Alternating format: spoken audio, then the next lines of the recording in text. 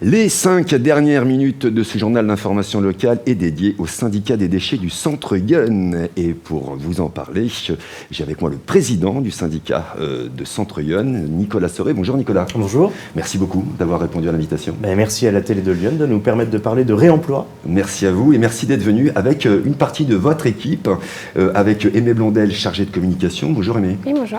Et puis Juliette Lefebvre, qui est chargée de mission. Bonjour. Bonjour. On va déjà commencer par parler un petit peu d'histoire sur ce syndicat, si vous le voulez bien. Nicolas, ça a été créé, je crois, il y a plus de 20 ans. Mais au départ, ce n'était pas ce que c'est aujourd'hui. C'est ça. C'est même quasiment 30 ans. C'était Jean-Pierre Soisson qui, à l'époque, avait créé ce syndicat des déchets du Centre-Yonne. On est au début des années 1990, et à une époque que je n'ai pas connue comme élu, mais à une époque où on anticipe qu'on va avoir des problèmes pour traiter nos déchets. Et année après année, ce syndicat s'est enrichi dans ses missions. Et depuis une quinzaine d'années, on travaille beaucoup sur la prévention des déchets. La prévention des déchets, c'est éviter le déchet. Tout mettre en œuvre pour qu'on ne produise pas de déchets. Ça veut dire réparer, ça veut dire revendre, ça veut dire donner, ça veut dire tout ce qui permet de ne pas jeter. Voilà. Donc cet objet dont vous n'avez plus l'utilité, est-ce qu'il peut avoir une seconde vie ? Et c'est le travail que l'on mène déjà depuis 15 ans, qui nécessite beaucoup d'informations de la population notamment, parce que, et le travail n'est pas fini, et loin de là, quand vous avez un Français produit en moyenne 597 kilos de déchets par an, 547 kilos de déchets par an, nous on est à 597, donc on est encore au-dessus. Quand on dit déchets, c'est tous les déchets ménagers, ceux que vous mettez dans votre poubelle, mais aussi le tri et surtout les déchetteries. En fait, depuis plusieurs années, on voit une explosion de ce qui arrive en déchetterie. Donc, c'est bien quelque part, parce qu'il vaut mieux que ce soit dans une déchetterie que dans la nature. On a connu des années où on retrouvait des dépôts sauvages énormes dans la nature, mais c'est beaucoup trop et c'est surtout excessivement coûteux. Donc pour nous tous, à travers nos impôts. Donc c'est tout notre enjeu de faire de la prévention. Réduire significativement les déchets ménagers et assimilés, favoriser une économie circulaire locale et durable, sensibiliser les habitants, vous l'avez dit, entreprises et collectivités aux gestes éco-responsables. Tout ça, vous pouvez retrouver évidemment tout ça sur le site internet du syndicat des déchets centreyonne.fr. J'ai bon, je m'adresse à la responsable chargée de communication. Et puis, on a un axe, vous avez vu le reportage juste avant, dont on était dans le Gâtinais, et l'axe était sur le réemploi. Et si vous le voulez bien, Nicolas Soré, on va faire un petit focus sur le réemploi. Qu'est-ce que le réemploi ? Le réemploi, de nos déchets. Le réemploi de nos déchets, c'est ce qui permet d'éviter de les jeter, précisément. Et dès que vous jetez, ça veut dire qu'il faut les traiter, et donc ça a un coût. Ça a un coût financier, ça a un coût environnemental, parce que pour faire ce produit, il a fallu aller prélever des ressources dans le milieu naturel. Donc, on essaye de réinitier une boucle plus vertueuse en donnant une seconde vie aux déchets. Donc, le réemploi, il y a plein d'outils pour travailler au réemploi. Il y a la zone de réemploi, telle qu'on vient de le voir dans le reportage. Ça, c'est la communauté de communes du Gâtinais en Bourgogne qui a suffisamment d'espace dans sa déchetterie pour avoir deux dispositifs. En fait, quand les habitants du Gâtinais vont sur la déchetterie de Chérois, ils peuvent soit déposer des matériaux, par exemple, de construction qui vont être récupérés par d'autres clients, entre guillemets, qui en ont besoin, soit sur une zone, par exemple, pour tout ce qui relève du mobilier, qui va être récupéré par Pénélope, une structure qu'on connaît bien, qui est du Code Sens, une vieille et magnifique structure de l'économie sociale et solidaire, qui permet de redonner une seconde vie aux objets. Donc ça, c'est ce qu'on appelle les zones de réemploi. Moi, je rêve d'en faire une dans le Jovinien. Ça va venir.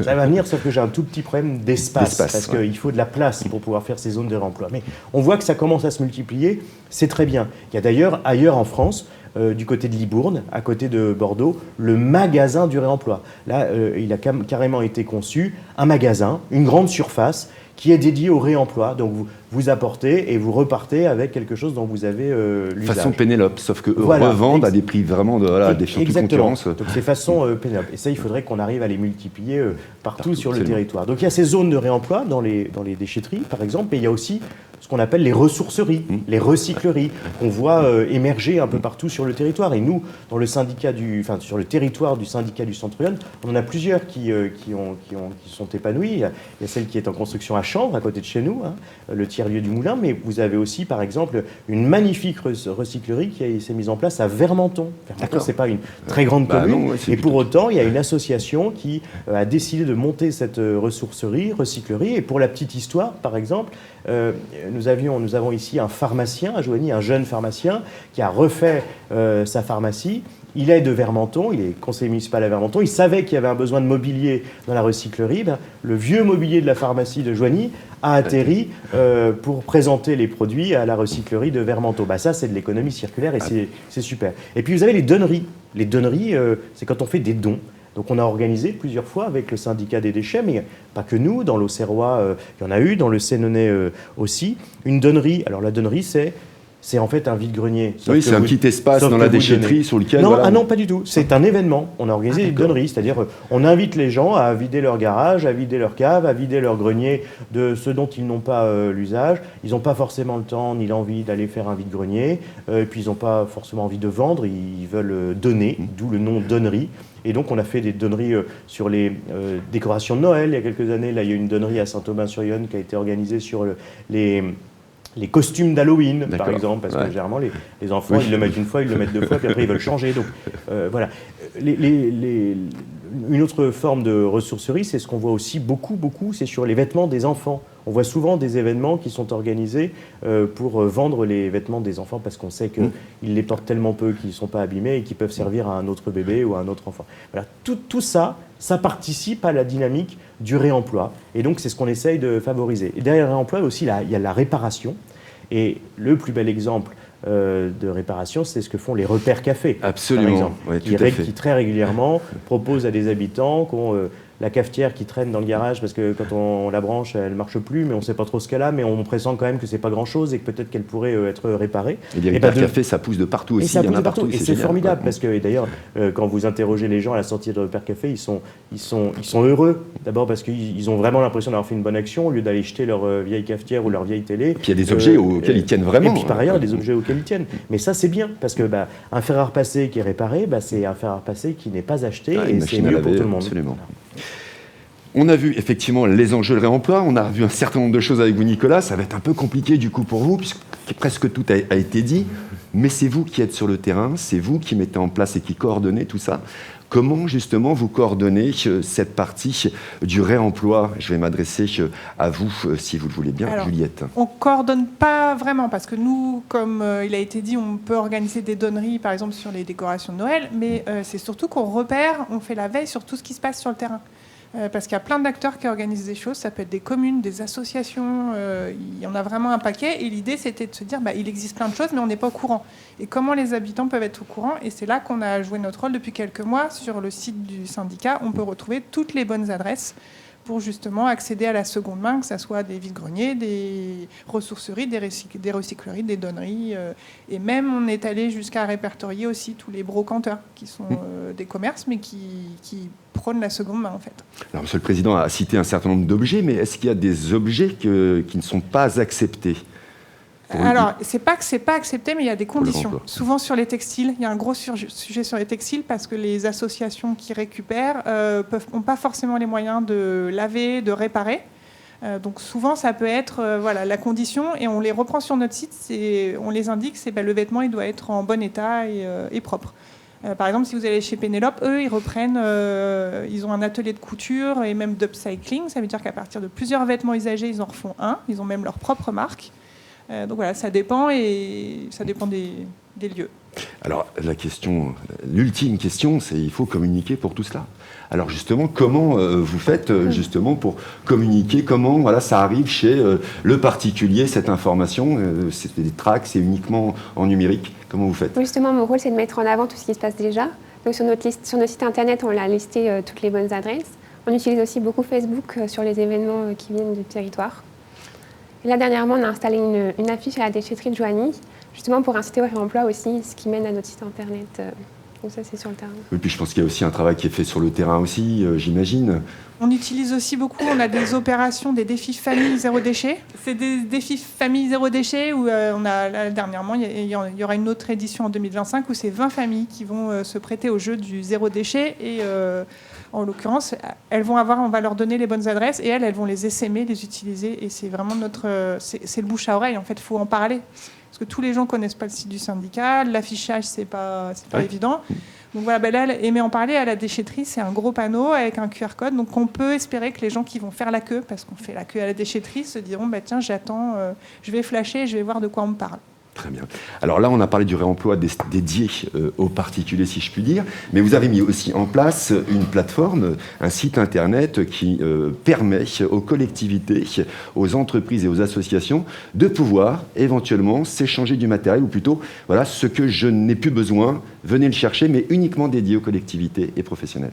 C'est ça, collectivité, association et professionnels. C'est un site internet de mise en relation entre l'offre et la demande. Le site, c'est réemploi-ion.fr. C'est un très bel outil. Toutes celles et ceux, les entreprises qui s'en sont emparées en sont excessivement contentes. Je change le mobilier de bureau, j'ai une vitrine réfrigérée dont je n'ai plus besoin, on a des machines à laver en ce moment. Bon. Je les propose. Donc une photo, je le mets sur le site. Exactement, une photo, je le mets sur le site, j'indique si c'est une vente, j'indique si c'est un don, parce que les deux peuvent être faits. Et puis si ça intéresse quelqu'un, il y a une mise en relation qui est faite, et puis les entreprises, les associations, les collectivités qui rentrent en lien se mettent d'accord sur comment je le récupère, où je le récupère. Mais ça, c'est un outil assez précieux pour éviter que tout ça arrive dans nos déchetteries. Ça a été une demande justement des collectivités ou des assos ou des entreprises. C'est-à-dire qu'en écoutant un petit peu, mais pourquoi vous ne faites pas plus de réemploi ?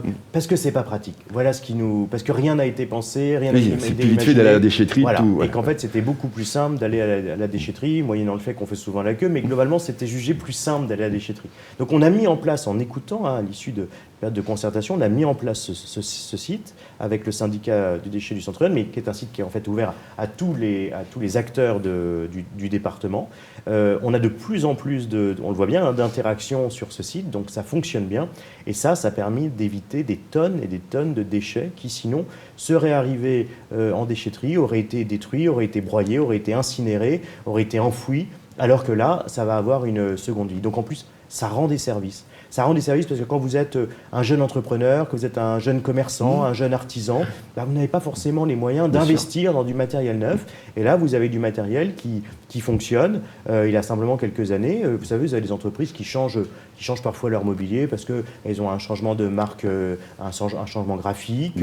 Et donc, il y a des biens qui sont inutilisés mais qui pourraient très bien avoir une seconde vie. Et c'est ce à quoi on essaie de répondre. Ça fait combien de temps que le site internet a été mis en place et quelles sont les statistiques aujourd'hui, Juliette ? 2-3 ans, mais au départ c'était avec un nombre restreint, donc c'est le temps de monter en charge et puis de communiquer. Là on a combien d'utilisateurs ? 300. D'accord, ok, ouais, régulier. 320. Mais après c'est comme... Il faut s'inscrire pour avoir accès à toutes les annonces, mais c'est entièrement gratuit, la plateforme est gratuite. D'accord. Mais là, ça fait quelques mois qu'on voit vraiment une progression. Et plus il y aura d'annonces, plus il y aura de matchs possibles. Parce que l'offre est vraiment très diversifiée. On a parlé là de mobilier, beaucoup de machines, mais il y a aussi tout ce qui est chute. Par exemple, du carton, des palettes, du bois, qui pourrait être un déchet là, qui n'ont vraiment pas de valeur. Il y a des artistes, par exemple, qui font des meubles à partir de carton. Donc, il y a vraiment tout est... Pas rien, mais toutes sortes de matériaux. Il y a de l'informatique, il y a vraiment...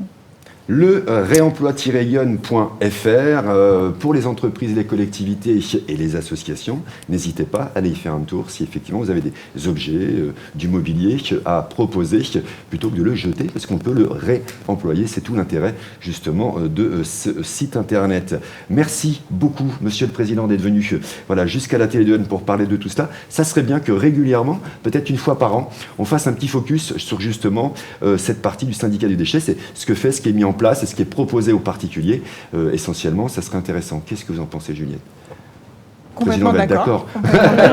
Puis on a une belle occasion, c'est qu'il y a chaque année, la semaine européenne de la réduction des déchets. On en sort, hein, c'était fin novembre, c'est à ce moment-là que le syndicat a recensé toutes les actions qui ont été mises en place sur le territoire. Donc c'est toujours la bonne semaine pour essayer de braquer un peu le projecteur sur ce sujet déchets. Et ben on y sera l'année prochaine. Il faut continuer à parler pour continuer à ce que les gens fassent de la prévention. Merci en tout cas pour l'intérêt de la télé de Lyon. Merci à vous. Et puis vous n'êtes pas loin, vous êtes à quelques escaliers, quelques marches. Merci à vous, merci mesdames d'être venues nous parler du syndicat des déchets du centre Yonne. C'est tout pour les 5 dernières minutes.